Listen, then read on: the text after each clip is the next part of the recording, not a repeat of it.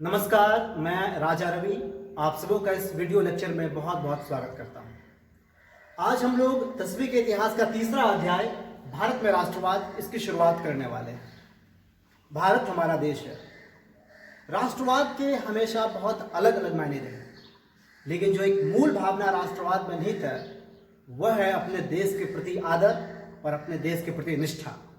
यह हमें सिखाता है कि अपने देश के प्रति हम सबों को हमेशा एकजुट रहना चाहिए और देश पर यदि कभी संकट आता है तो इसके लिए हम सबों को मिलकर लड़ना चाहिए। लेकिन राष्ट्रवाद की शुरुआत भारत में कब से हुई? राष्ट्रवाद के पहले व्यक्ति भारत में कब हम देख सकते हैं? जब हम इतिहास को खंगालते हैं हम उस मोड़ तक पहुंचते जब पता चलता है कि राष्ट्रवाद की पहली अलख पहले व्यक्ति भारत में कब विकसित हुई, लोगों में राष्ट्रवाद की भावना सबसे पहले कब जागृत हुई। इस अध्याय में हम ऐसे कई तथ्यों को, ऐसे कई जानकारियों को समझेंगे और उन आंदोलनों के बारे में पढ़ेंगे जिसने कि पूरे भारत को एक किया और भारत के स्वतंत्रता संग्राम में जो आज़ादी की लड़ाई थी उस पर बहुत बड़ी भूमिका निभाई। जैसा कि हम सब जानते हैं कि यूरोप में राष्ट्रवाद की बहुत क्रांति हो चुकी थी। वहाँ लोग इस बात को जानने और समझने लग गए थे कि राष्ट्र के प्रति हमारी जिम्मेदारियां हैं, हमें अपने देश के लिए कुछ करना चाहिए। और यही वजह था कि एक के बाद एक वहाँ पर कई राजतंत्र खत्म हुए, एक के बाद एक कई साम्राज्यवादी देश खत्म हुए और अंततः यूरोप में कई राष्ट्र राज्यों का उदय हुआ। जब हम बात भारत की करते हैं तो 1920 के बाद जब भारत में औपनिवेशिक स्थिति थी, औपनिवेशिक स्थिति यानी कि जब भारत ब्रिटेन का गुलाम था, तो राष्ट्रवाद की पहली अभिव्यक्ति हम वहाँ से तलाश सकते हैं जब भारतवर्ष में कई आंदोलन हुए।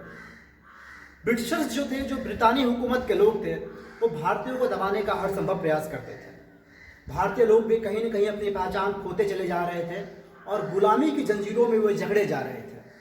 लेकिन वो एक बार दौर ऐसा आता है जब उन्हें समझ आता है कि नहीं, भारत देश हमारा है, हमें इस देश के लिए कुछ करना चाहिए और वो ताकतें जो भारत देश को गुलाम बनाने में लगी हुई है हमें उनको उखाड़ फेंकना है। और इस तरह से हम कह सकते हैं कि यह उपनिवेशवाद विरोधी आंदोलन जो था यही भारतवर्ष में राष्ट्रवाद की नींव बना।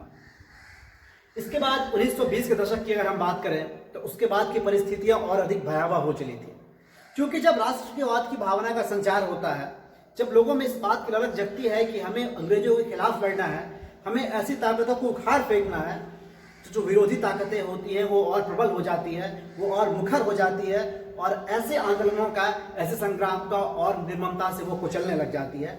ऐसे समय में आंदोलनों की आवश्यकता हुई और ऐसे दो बड़े आंदोलन जो थे, जो एक था असहयोग आंदोलन और दूसरा सविनय अवज्ञा आंदोलन। इन दोनों आंदोलनों ने भारत के स्वतंत्रता संग्राम में, आज़ादी की लड़ाई में कितनी बड़ी भूमिका निभाई, इस पूरे अध्याय में हम इसका वर्णन करने वाले हैं, इसको समझने और सीखने वाले हैं।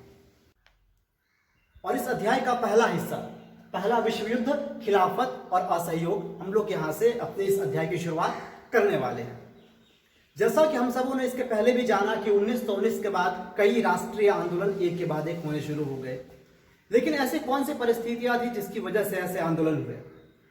कैसे संपूर्ण भारतवर्ष को एकता के सूत्र में बांधा गया?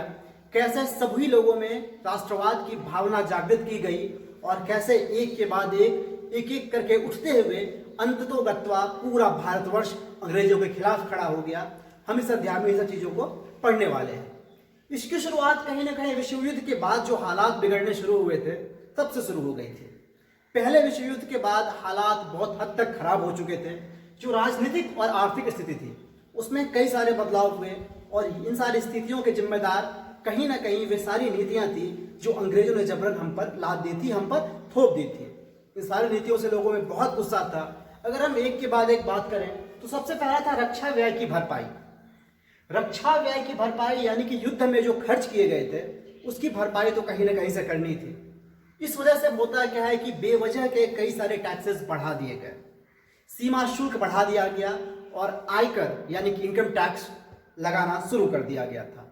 इन सब के अलावा जब इनसे उनकी भरपाई नहीं हो पाई तो उन्होंने सामानों की कीमतें बढ़ानी शुरू कर दी और अंततः ऐसा हो गया कि कई सारे ऐसे सामान थे, कई सारी ऐसी वस्तुएं थी जिनकी कीमत दोगुनी या फिर दोगुनी से भी अधिक होती चली गई।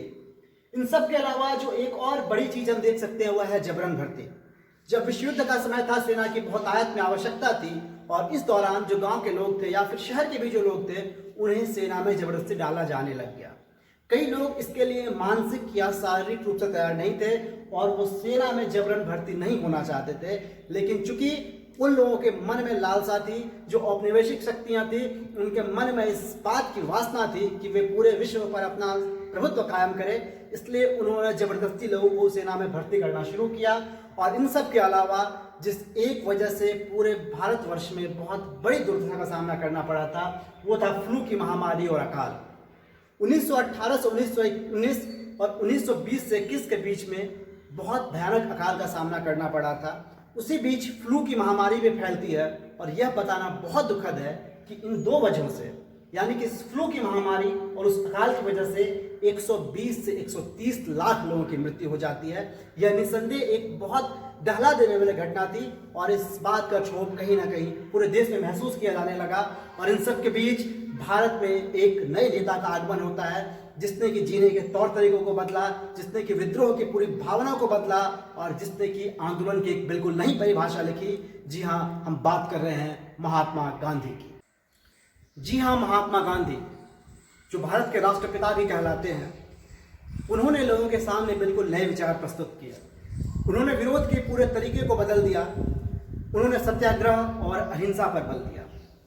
सत्याग्रह से उनका तात्पर्य यह था कि यदि आप सच्चाई के लिए लड़ते हैं, यदि आपकी डिमांड्स, आपकी मांग सही है, तो आपको शत्रु के विरोध के लिए किसी शारीरिक बल की आवश्यकता नहीं है, बल्कि आप अहिंसात्मक तरीके से भी उनका विरोध कर अपनी जीत दर्ज कर सकते हैं। उनका मानना था कि जो सच्चाई की ताकत होती है, उसके सामने पूरी दुनिया झुकती है। उनका यह विचार, उनकी यह धारणा कोई कल्पना नहीं थी, कोई मिथ्या नहीं थी या फिर कोई थ्योरी नहीं थी, बल्कि उन्होंने अपने अहिंसा और सत्याग्रह का काफी सफल प्रयोग भी किया था। जैसा कि हम सबों को पता है कि भारत आने से पहले महात्मा गांधी दक्षिण अफ्रीका में थे। दक्षिण अफ्रीका में नस्लभेदी सरकार थी। वहां पर जो गैर श्वेत थे, जो काले लोग थे, उनके खिलाफ लगातार भेदभाव किया जाता रहा और महात्मा गांधी ने अहिंसात्मक तरीके से अपने सत्याग्रह के बल पर वहां सफलतापूर्वक आंदोलन किया। चूंकि दक्षिण अफ्रीका में गांधी जी के सत्याग्रह से संबंधित कई सारे प्रयास सफल रहे थे, अहिंसा का सिद्धांत एक सफल सिद्धांत बन चुका था, तो महात्मा गांधी जब वापस भारत आते हैं तो उन्होंने भारत में भी कई स्थानों पर सत्याग्रह आंदोलन चलाया। 1916 में वह चंपारण बिहार गए, जहां पर के किसान नील की खेती से परेशान हो चुके थे। जो दमनकारी बगान व्यवस्था थी, उनसे वो लोग परेशान थे। महात्मा गांधी ने यहाँ आंदोलन किया और किसान काफी हद तक सफल भी रहे थे। उसके बाद 1917 में महात्मा गांधी गुजरात के खेड़ा गए। खेड़ा के जो किसान थे, वो प्लेग की महामारी और अकाल की वजह से काफी परेशान थे। वे लोग लगान चुका पाने की स्थिति में बिल्कुल नहीं थे। वे चाहते थे कि उन सारे लगान में ढील दी जाए। इसके बाद महात्मा गांधी 1918 में अहमदाबाद भी जाते हैं। जी हाँ, गुजरात का अहमदाबाद जो सूती कपड़ों की फैक्ट्री के लिए काफी फेमस हुआ करता था, वहाँ के मजदूरों में कई चीजों को लेकर काफी रोष व्याप्त था। महात्मा गांधी ने उस आंदोलन का भी काफी सफलतापूर्वक नेतृत्व किया। इस तरह जो प्रारंभिक स्तर पर सत्याग्रह के उनके प्रयोग थे, वो काफी हद तक सफल भी रहे। और इन सब के बाद भारत के इतिहास में और भारत के आज़ादी की लड़ाई का एक बिल्कुल नया अध्याय शुरू होता है। और वो अध्याय शुरू हुआ रॉलेट एक्ट 1919 से। 1919 में रॉलेट एक्ट पारित किया गया, जो इंपीरियल लेजिस्लेटिव काउंसिल थी, उसने इसे भारतीयों के विरोध के बावजूद काफ़ी जल्दबाजी में पारित कर दिया। और इसमें कई ऐसे प्रावधान थे जो भारतीयों के खिलाफ थे। जो दो कड़े प्रावधान इसे बनाए गए थे, वह ये कि इसमें राजनीतिक गतिविधियों को बहुत निर्ममता से और बहुत आसानी से कुचला जा सकता था। और इसके अलावा जो भी राजनीतिक कैदी होते, उन्हें पूरे 2 साल के लिए बिना मुकदमा चलाए जेल में रखा जा सकता था। और जाहिर सी बात है कि ऐसे नीतियों का विरोध होना ही था और ऐसा हुआ भी। महात्मा गांधी अपने पिछले प्रयोग से काफ़ी संतुष्ट थे, काफ़ी खुश थे और उन्होंने इस बार पुनः एक राष्ट्रव्यापी सत्याग्रह आंदोलन चलाने का विचार सबके सामने रखा। सविनय अवज्ञा आंदोलन, जिसका अवलोकन हम लोग इस अध्याय के अगले भाग में करेंगे, कहीं ना कहीं उसकी झलक हम लोग इस आंदोलन में देख सकते थे।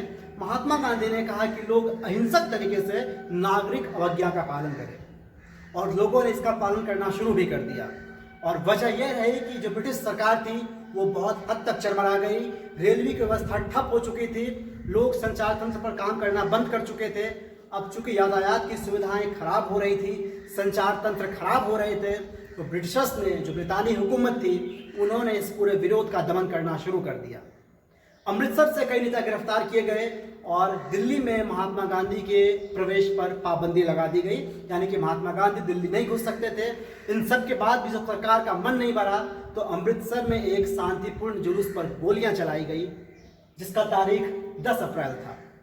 10 अप्रैल को जब अमृतसर में शांतिपूर्ण जुलूस पर गोलियां चलाई गई तो इससे लोगों में काफी रोष उत्पन्न हुआ, काफी भय उत्पन्न हुआ, लोगों का विरोध और आक्रामक होता चला गया और अंततः टकराव की स्थिति इस हद तक खराब हो गई कि उस पूरे इलाके में मार्शल लॉ लगाना पड़ा और इसकी कमान जनरल डायर के हाथ में दी गई। और डायर के नाम के साथ ही भारत के आज़ादी की लड़ाई और भारतीय इतिहास का सबसे काला अध्याय जुड़ा हुआ है, जी हम बात कर रहे हैं 13 अप्रैल 1919 को हुए जलियांवाला बाग हत्याकांड की। जलियांवाला बाग में सालाना बैसाखी के मेले के लिए कई सारे गांव के लोग जुटे हुए थे। कई सारे लोग उसमें रॉलेट एक्ट के विरोध में भी उपस्थित थे और चूंकि वे लोग गांव से आते थे, कईयों को ये तक पता नहीं था कि उस इलाके में मार्शल लॉ लागू है। जनरल डायर पूरी सेना के साथ वहां पहुंचता है। वह चारों ओर से उस बाग को बंद कर देता है।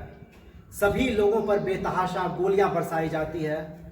कई लोग अपनी जान बचाने के लिए कुएं में कूद पड़े थे, वहां भी उनकी मौत ही होती है। और इसके साथ हम देखते हैं कि भारत इतिहास का एक सबसे काला अध्याय शुरू हो चुका था। सैकड़ों लोग मारे जा चुके थे। जनरल डायर की क्रूरता के बारे में इतिहासकारों ने जितना लिखा वह कम रहेगा और भारत के आज़ादी के इतिहास में और आज़ाद भारत के सिरे पर भी जलियांवाला बाग का घाव आज तक महसूस किया जा सकता है। इतनी निर्ममता से इस पूरे विरोध को कुचलने के बाद भी उनका जब मन नहीं भरा तो वे लोग अपनी हैवानियत पर उतर आए थे। जगह जगह सरकार का विरोध हो रहा था और उतने ही बुरे तरीके से सरकार सारे विरोध को कुचल भी रही थी। कई क्रांतिकारियों को कोड़ा मारा गया, कई सारे गांवों पर बम बरसाए गए और कई क्रांतिकारियों को अपनी राख रगड़ते हुए जमीन पर घिसटने के लिए मजबूर किया गया। वो आज़ादी जो हम और आप देखते हैं वो कितने त्याग से, कितनी तपस्या से मिलती है, इसका सबसे शानदार उदाहरण जलियांवाला बाग और उसके बाद की क्रांति हो सकती है। यह जलियांवाला बाग का नरसंहार ही था जिसने कई युवकों में क्रांति की पूरी भावना प्रस्फुटित की, उन्हें क्रांतिकारी बनने के लिए प्रेरित किया। ऐसे ही एक बड़े नाम सरदार भगत सिंह भी हुए थे जिन्हें कि इस पूरे हत्याकांड से बहुत गहरी प्रेरणा मिली। उनके बाल मन पर इस हत्याकांड का इतना गहरा छूट पड़ा कि वे बचपन से ही अंग्रेजी सरकार के खिलाफ खड़े हो चुके थे। लेकिन चूंकि इस पूरे हत्याकांड और इसके बाद उपजे विरोध का स्वरूप हिंसात्मक होता चला गया और अंततः महात्मा गांधी ने अपना यह आंदोलन वापस ले लिया। इतना सब कुछ होने के बाद रॉलेट आंदोलन को काफ़ी हद तक सफल माना गया, लेकिन महात्मा गांधी का मानना था कि यह जो आंदोलन रहा था यह मुख्यतः शहर और कस्बों तक ही सीमित रहा। महात्मा गांधी चाहते थे कि आंदोलन को और व्यापक बनाया जाए ताकि इसकी पहुंच अधिक से अधिक लोगों तक हो। इसी बीच एक और बड़ा मुद्दा था, वह था हिंदू मुस्लिम एकता का। हिंदुओं और मुस्लिमों के बीच में खाई कहीं न कहीं गहरी होती जा रही थी और जब बात हम राष्ट्रीय आंदोलनों की करते हैं तो वहाँ पर हिंदू मुस्लिम को साथ लाए बिना ऐसा संभव नहीं था। महात्मा गांधी ने इसके लिए भी लगातार प्रयास किया और इसके बीच खिलाफत समिति 1919 इसने एक बड़ी भूमिका निभाई। उस समय के विश्व युद्ध में ऑटोमन साम्राज्य की हार हो चुकी थी और वहाँ के जो खलीफा थे इस बात की आशंका जताई जा रही थी कि उनके ऊपर बहुत गंभीर संधियां थोपी जाने वाली है, उनके ऊपर बहुत कठोर संधियां थोपी जाएंगी। तो ऐसे खलीफा के अधिकारों की रक्षा के लिए शौकत अली, मोहम्मद अली नाम के दो भाइयों ने अन्य कई मुस्लिम युवकों के साथ एक खिलाफत समिति का गठन किया भारत में, जो कि 1919 में हुआ। इन्हीं दो भाइयों के साथ और कई मुस्लिम युवकों ने महात्मा गांधी से मुलाकात की और खिलाफत समिति जिसकी स्थापना 1919 में हुई थी, इसके द्वारा एक खिलाफत आंदोलन लिए जाने का निर्णय लिया गया और वे लोग चाहते थे कि महात्मा गांधी इसमें अपना समर्थन दें, इसमें अपना सहयोग दें। इसी बीच सितंबर 1920 में कांग्रेस का कलकत्ता अधिवेशन होता है, जहां पर कि महात्मा गांधी कई सारे कांग्रेस नेताओं से मुलाकात करते हैं और वे कई नेताओं को इस चीज़ के लिए राजी कर लेते हैं कि जल्द ही खिलाफत आंदोलन को तो समर्थन दिया ही जाए और साथ ही साथ पूरे भारत में एक राष्ट्रव्यापी असहयोग आंदोलन चलाया जाए। असहयोग आंदोलन की आवश्यकता क्यों पड़ी, यह कैसे चला और इसका प्रारूप क्या रहा, इसको हम आगे देखने वाले हैं। इन सब के बीच यह जानना बहुत आवश्यक है कि आखिरकार असहयोग आंदोलन की आवश्यकता क्यों पड़ी, असहयोग ही क्यों। महात्मा गांधी अपनी प्रसिद्ध पुस्तक हिंद स्वराज में लिखते हैं कि ब्रिटिश की जो हुकूमत भारत में स्थापित हुई है, इसमें कहीं न कहीं भारतीयों ने ही सबसे ज़्यादा सहयोग किया है। जो ब्रिटिश अपनी पूरी सत्ता आज भारत में चला पा रहे हैं, इसमें भारतीय लोगों का ही पूरा सहयोग रहता है। और वे इस बात पर विशेष बल देते थे कि यदि भारतीय अपना सहयोग वापस कर ले तो बस कुछ एक साल में ही अंग्रेजों को भारत छोड़ना पड़ेगा। और यही वजह है कि उन्होंने असहयोग के इस वक्तव्य पर बहुत ज़्यादा बल दिया और आगे चलकर इस आंदोलन का पूरा प्रारूप बनाया, इसकी पूरी रूपरेखा लोगों के सामने में रखी। जब बात हम असहयोग आंदोलन के प्रारूप की करते हैं तो महात्मा गांधी का मानना था कि असहयोग कोई अचानक आने वाली क्रांति नहीं है, इसमें हमें एक के बाद एक चरणबद्ध तरीके से आगे बढ़ना होगा। उन्होंने आह्वान किया कि सबसे पहले लोग अपनी पदवियां लौटाना शुरू कर दें। सरकार ने जिन किसी लोगों को कोई पदवी दी है वो अपनी पदवियां लौटाइए।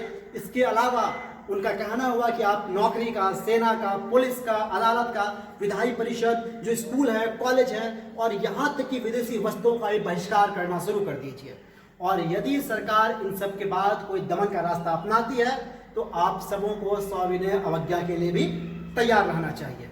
1920 के पूरे गर्मियों में शौकत अली के साथ महात्मा गांधी पूरे देश भर घूमते रहे और इस असहयोग आंदोलन के लिए उन्होंने भरपूर जन समर्थन लोगों से जुटा लिया था। इसी बीच कांग्रेस में भारी खींचतान शुरू हो चुकी थी। कांग्रेस के नेतागण दो गुट में बंट चुके थे।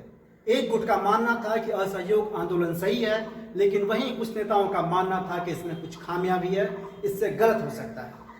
कुछ नेताओं का ऐसा मानना था कि नवंबर 1920 में विधायी परिषद के चुनाव होने हैं, वे इसका विरोध नहीं करना चाहते थे।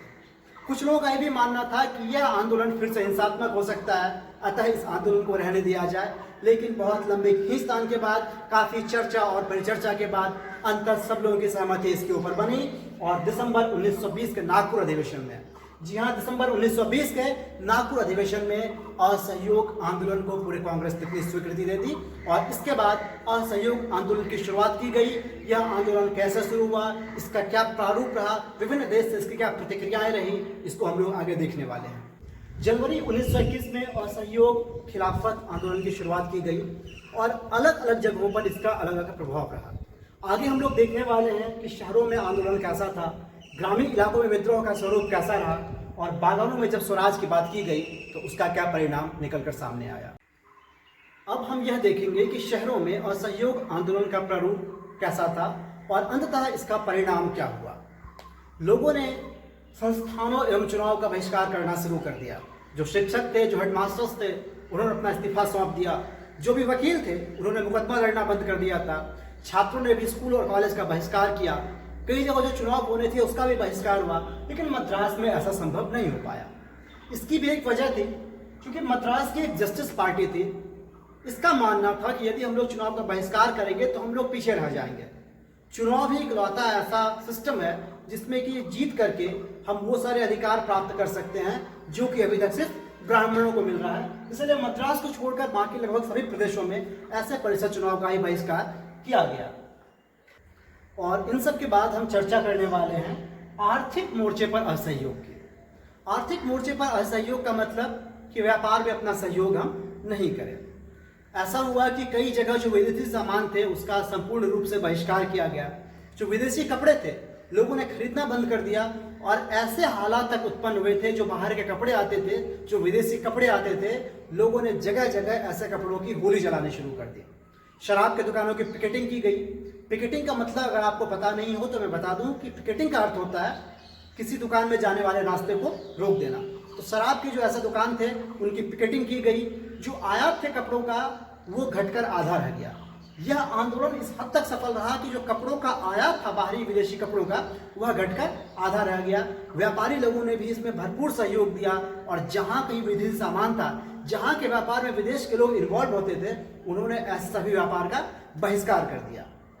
इस पूरे आंदोलन का और ऐसे आर्थिक मोर्चे पर असहयोग का भारत को एक बड़ा फायदा भी हुआ। चूंकि लोगों ने विदेशी कपड़े पहनने बंद कर दिए लोगों ने विदेशी सामान का उपयोग करना बंद कर दिया, तो ऐसे जो लघु उद्योग भारत के भीतर चल रहे थे, जो हथकरघा का उद्योग था, जो भारतीय मिलें थी, जो छोटे छोटे कारखाने थे, छोटी मिल्स थी, उनका उत्पादन बढ़ा और कई भारतीय व्यापारियों को इसका बहुत ज्यादा फायदा भी मिला। लेकिन इन सब के बाद हम देखेंगे कि आखिरकार शहर में असहयोग आंदोलन बहुत धीमा पड़ गया, या फिर यूं कह लीजिए कि लगभग ठप पड़ गया। जब हम इसकी वजह की पड़ताल करते हैं तो हमें समझ आता है कि इसकी मुख्य रूप से दो वजह रही थी। आंदोलन के धीमे पड़ने की वजह की अगर हम बात करें तो दो मुख्य वजह थे उसके। सबसे पहले बात थी स्वदेशी कपड़ों की ऊंची कीमत। जो कपड़े विदेश से आते थे वो बड़ी फैक्ट्रियों में बनते थे, जाहिर सी बात है उसमें मेहनत कम लगती थी, उसका लागत कम होता था, इसलिए वो कपड़े सस्ते मिलते थे। लेकिन जो कपड़े हाथ से बने होते थे वो कपड़े महंगे मिलते थे। क्योंकि उस समय व्यापक गरीबी थी, आय के अन्य कई स्रोत बंद हो चुके थे, इसलिए लोगों ने वापस से विदेशी कपड़ों को ही, विदेशी सामान को अपनाना शुरू कर दिया। और दूसरी जो सबसे बड़ी खामी रही थी वह ये कि वैकल्पिक भारतीय संस्थानों की अनुपस्थिति। इसका अर्थ ये हुआ कि लोगों ने जो अंग्रेज के स्कूल थे उसका तो बहिष्कार कर दिया, अंग्रेज के स्थापित कॉलेज थे उसका बहिष्कार कर दिया, लेकिन इसके जगह पर कोई भारतीय संस्था स्थापित नहीं हो पाई थी। और जब ऐसी कोई भारतीय संस्थाएं थी ही नहीं तो आखिरकार लोगों को हार कर वापस उन्हीं संस्थानों में लौटना पड़ा जहां अंग्रेजी हुकूमत चल रही थी, जिसकी स्थापना अंग्रेजों ने की थी। शहरी इलाकों में असहयोग आंदोलन के प्रारूप को देखने के बाद यह जानना आवश्यक है कि ग्रामीण इलाकों में इस विद्रोह का स्वरूप कैसा रहा था। 1921 में जब यहाँ असहयोग आंदोलन पहुंचा तो इसके पहले की घटनाएं वहां कैसी रही थी, इसको जानना भी बहुत आवश्यक है। हम लोग इसको उदाहरण के तौर पर समझेंगे। सबसे पहला एग्जाम्पल हम लोग लेने वाले हैं, वो थे अवध के सन्यासी बाबा रामचंद्र। अवध के जो सन्यासी बाबा रामचंद्र थे वे वहाँ के किसानों का, वहाँ के मजदूरों का नेतृत्व कर रहे थे। इसके पहले रामचंद्र बाबा फिजी में गिरमिटिया मजदूर रह चुके थे। फिजी एक देश था और गिरमिटिया मजदूर माने वैसे मजदूर जो एग्रीमेंट के तहत भारत से वहाँ भेजे जा चुके थे। उनके मन में विदेशी ताकत के लिए काफ़ी ज़्यादा रोष था और कई सारे ऐसे हालात थे जो कि किसानों को काफ़ी परेशान भी कर रहे थे। जब हम किसानों की समस्या को बात करते हैं तो वहाँ जमींदारी प्रथा लागू थी और उसके अंतर्गत उन्हें कई सारे समस्याओं का सामना करना पड़ता था, जिसमें कि सबसे पहला था भारी लगान और कर। इतना अधिक लगान हुआ करता था, इतने ज़्यादा टैक्सेस हुआ करते थे कि किसान पूरी मेहनत करने के बाद भी उसे नहीं चुका पाते थे। इसके अलावा एक और जो बड़ी समस्या थी वो थी पट्टे की अनिश्चितता। पट्टा माने जमीन का टुकड़ा। ऐसा किया जाता था कि उन्हें कोई निश्चित जमीन नहीं दी जाती थी, उन्हें पट्टेदार के रूप में अपने खेतों में काम करवाया जाता था और बार बार जो उनका पट्टा था उसको बदल दिया जाता था। इसके तहत अब दिक्कत ये हो जा रही थी कि किसान किसी भी पट्टे पर, किसी भूमि के टुकड़े पर अपना स्वामित्व नहीं रख सकते थे। मतलब जमीन के किसी भी टुकड़े को वो छोटे किसान अपना नहीं कह सकते थे। और इसके अलावा सबसे बुरी आदत जो जमींदारों की थी वो थी बेगारी की। चूंकि जमींदार ताकत संपन्न थे, उनके पास संसाधन थे, तो वे ऐसे लोग जो गरीब थे, मजदूर थे, किसान वर्ग थे, उनसे मुफ्त में काम ले लिया करते थे। और निस्संदेह गरीबी के साथ इससे बड़ा मजाक और कुछ भी नहीं हो सकता। इसी बीच बाबा रामचंद्र और पंडित नेहरू द्वारा अवध किसान सभा का गठन किया जाता है। नेहरू जी किसानों की स्थिति को समझने के लिए अवध जाते हैं और वहां उनकी मुलाकात बाबा रामचंद्र से होती है। इन दोनों महान नेताओं ने मिलकर अवध किसान सभा का गठन किया और देखते ही देखते इसके कई सारे समर्थक हो गए और बहुत कम ही समय में इसकी 300 से अधिक शाखाएं बनी। जी हाँ, बहुत कम समय में इसकी लोकप्रियता इतनी ज्यादा हो गई कि इसकी 300 से अधिक शाखाएं बनाई गई। और 1921 में जब असहयोग आंदोलन शुरू हुआ तो यह कहीं ना कहीं अवध भी पहुंचा। यहाँ पर इस आंदोलन का कैसा स्वरूप था यह जानना भी हम लोगों के लिए बहुत आवश्यक है। जो वहाँ के नाई थे, धोबी थे, ऐसे कई लोगों ने पूर्ण रूप से बहिष्कार कर दिया। वे लोग जो जागीरदार थे, जो जमींदार थे, उनको अपनी सेवाएं देना उन लोगों ने बंद कर दिया। इसके अलावा जो मकान थे उस पर इन लोगों ने हमला करना शुरू कर दिया। जो जमींदार के मकान थे उस पर हमला किया गया। जो ऐसे बड़े बाजार थे उसमें भयंकर लूटपाट की गई। जो अनाज के बड़े गोदाम थे उन पर कब्जा जमा लिया गया। लेकिन इन सब के बीच जो विरोध का ऐसा स्वरूप था यह कहीं से भी कांग्रेस को मंजूर नहीं था। इन सब के अलावा यह जानना भी जरूरी है कि वहाँ के जो स्थानीय नेता थे उनका क्या दृष्टिकोण था। जो स्थानीय नेता लोग थे वो अपनी महत्वाकांक्षा अपने जो भावनाएं थी उसको महात्मा गांधी के नाम से बाकी लोगों पर थोप दे रहे थे। वे लोग कह रहे थे कि अब महात्मा गांधी का राज आने वाला है, लगान खत्म होने वाला है और जो जमीन है वो सारी जमीन गरीबों में बांट दी जाएगी। तो मोटे तौर पर यदि हम देखें तो ऐसा कह सकते हैं जो वहाँ के स्थानीय नेता थे वो अपनी कार्रवाई को, अपनी आकांक्षाओं को महात्मा गांधी के नाम पर सही करने पर तुले हुए थे। ग्रामीण इलाकों के विद्रोह को समझने के लिए हम एक और एग्जाम्पल लेंगे और वो है गुडेम की पहाड़ियों का। आंध्र प्रदेश में गुडेम की पहाड़ियां हैं और वहाँ कई सारे आदिवासी किसान रहा करते थे। इन लोगों ने महात्मा गांधी की बातों का कुछ और ही अर्थ निकाल लिया और कई चीजों को अपने हिसाब से संचालित करने लगे और अपनी बातों को सही ठहराने लग गए थे। 1920 का दशक था जब वहां का गुरिल्ला आंदोलन चरम पर था, लेकिन कांग्रेस के लिए विरोध का ऐसा स्वरूप बिल्कुल भी सहनीय नहीं था, यानी कि कांग्रेस विरोध के ऐसे स्वरूप के बिल्कुल खिलाफ था। लेकिन वहां के जो किसान थे वे भी बहुत मजबूर थे। उनमें जो व्याप्त गुस्सा था उसकी अपनी वजह भी थी। अगर हम पहले वजह पर गौर करें वह था वन क्षेत्र में प्रवेश पर पाबंदी, यानी कि जो वहां के जंगल थे सरकार ने ऐसे कानून बना रखे थे कि आप उन जंगलों में भी प्रवेश नहीं कर सकते हैं। वे वहां से न लकड़ी बिन सकते थे, न रोजमर्रा के साधन जुटा सकते थे। उन आदिवासियों को ये लगने लग गया कि ये जो जंगल के अधिकार से हमें वंचित किया गया है यह न सिर्फ हमारे रोजी रोटी पर हमला है बल्कि इससे हमारे परंपरागत अधिकार भी छीने जा रहे हैं। एक आदिवासी के लिए पहाड़ियां और जंगल ही सब कुछ होता है, उसके रहने के लिए, खाने पीने के लिए और रोजमर्रा की जरूरतों को पूरा करने के लिए। और जब अंग्रेज ने वहां पर उनके अधिकारों को बंद कर दिया, जब वन में उनके प्रवेश पर पाबंदी लगा दी, तो जाहिर सी बात है कि उन लोगों के मन में अंग्रेजों के खिलाफ गुस्सा भरेगा ही। जब इतना तक भी कम नहीं था तो उसके अलावा एक और जो बड़ा फैक्टर वहां पर जिसकी वजह से लोगों में गुस्सा भरा वो था सड़क निर्माण के दौरान बेगारी। उस दौरान पहाड़ियों में सड़क बनाया जाना था और इसके लिए अंग्रेजों ने फिर से आदिवासियों को बेकार में काम करवाना शुरू कर दिया, यानी कि वे लोग उससे काम तो ले रहे थे लेकिन मेहनताना या पारिश्रमिक बिल्कुल नहीं दे रहे थे। ये सारी कुछ वजह थी कि वहाँ के आदिवासी भी उग्र रूप से आंदोलन करने के लिए और विरोध करने के लिए मजबूर हो चुके थे। यहाँ पर एक और बड़ा नाम मैं लेना चाहूंगा, वो था अल्लूरी सीताराम राजू। अल्लूरी सीताराम राजू एक बहुत बड़े आदिवासी नेता हुए जो इस पूरे क्षेत्र में आदिवासियों का नेतृत्व कर रहे थे। उनका मानना था और वे खुद इस बात का प्रचार करते थे कि उनमें चमत्कारिक शक्तियां हैं, वे सटीक भौगोलिक अनुमान लगा सकते हैं, खगोलीय अनुमान लगा सकते हैं, गोलियां उनका कुछ नहीं बिगाड़ सकती, वे ईश्वर के अवतार हैं। और जो उनके अनुयायी थे, जो ऐसे विद्रोही थे, वो भी इन सारी बातों को सच मानने लगे थे। और जब ऐसे विद्रोही इन सब बातों को सच मानने लगते हैं कि उनके साथ कोई अवतार पुरुष, कोई दिव्य पुरुष या ईश्वर रह रहे हैं, तो उनमें अचानक बहुत ज्यादा ताकत आ जाती है और वो लोग निर्भीक होकर अंग्रेजों का सामना कर पा रहे थे। और यही वजह है कि उस बीच कई सारे हिंसक आंदोलन हुए। जहां तक बात अल्लूरी सीताराम राजू की है, वे महात्मा गांधी से बहुत प्रभावित थे। वे लोगों को खादी कपड़े पहनने की सलाह देते थे, वे लोगों को शराब छोड़ने की भी सलाह देते थे, लेकिन साथ ही इस बात की भी पुरजोर वकालत किया करते थे कि भारत की जो आज़ादी है, जो हमारा स्वराज है, यह अहिंसा से बिल्कुल नहीं बल्कि सिर्फ और सिर्फ हिंसात्मक विद्रोह से ही आ सकता है। गुरिल्ला युद्धों की पूरी लगातार कड़ी चल पड़ी थी। अंग्रेज सरकार के नाक में दम इन्होंने कर रखा था। आखिरकार बहुत हिंसात्मक संघर्षों के बाद, काफी खूनी टक्कर के बाद अल्लूरी सीताराम राजू गिरफ्तार होते हैं और 1924 में उन्हें फांसी दे दी जाती है। असहयोग आंदोलन को और बेहतर समझने के लिए हम एक तीसरा और अंतिम उदाहरण आप सबों के बीच देने वाले हैं और वो एग्जाम्पल है बागानों में स्वराज। जो असम के बागान थे, वहां के मजदूरों के लिए इस स्वराज का क्या मतलब था, उन लोगों ने असहयोग आंदोलन में कैसे अपनी भागीदारी निभाई, इसको समझना भी बहुत आवश्यक है। वहां के विद्रोह की वजह की अगर हम चर्चा करें तो सबसे बड़ा वहां विद्रोह का वजह था वह था इनलैंड इमिग्रेशन एक्ट 1859। 1859 में बना यह कानून मानवता के बिल्कुल ही खिलाफ था। इस कानून के तहत ऐसे प्रावधान थे कि वहां के मजदूर उस बागान की चारदीवारी से कभी बाहर नहीं निकल सकते हैं। यदा कदा ही और कभी विरले ही उन्हें ऐसा मौका मिलता था जब वे वहां से बाहर निकल पाते थे और बाकी नए लोगों से मिल पाते थे। ऐसे मजदूरों के लिए आजादी का मतलब सिर्फ यह था कि कब वो लोग इस चारदीवारी से बाहर निकल सके। जब असहयोग आंदोलन पूरे देश में व्याप्त हो चुका था तो इसकी खबर वहां के मजदूरों को भी लगी और उन लोगों ने विद्रोह करने का फैसला लिया।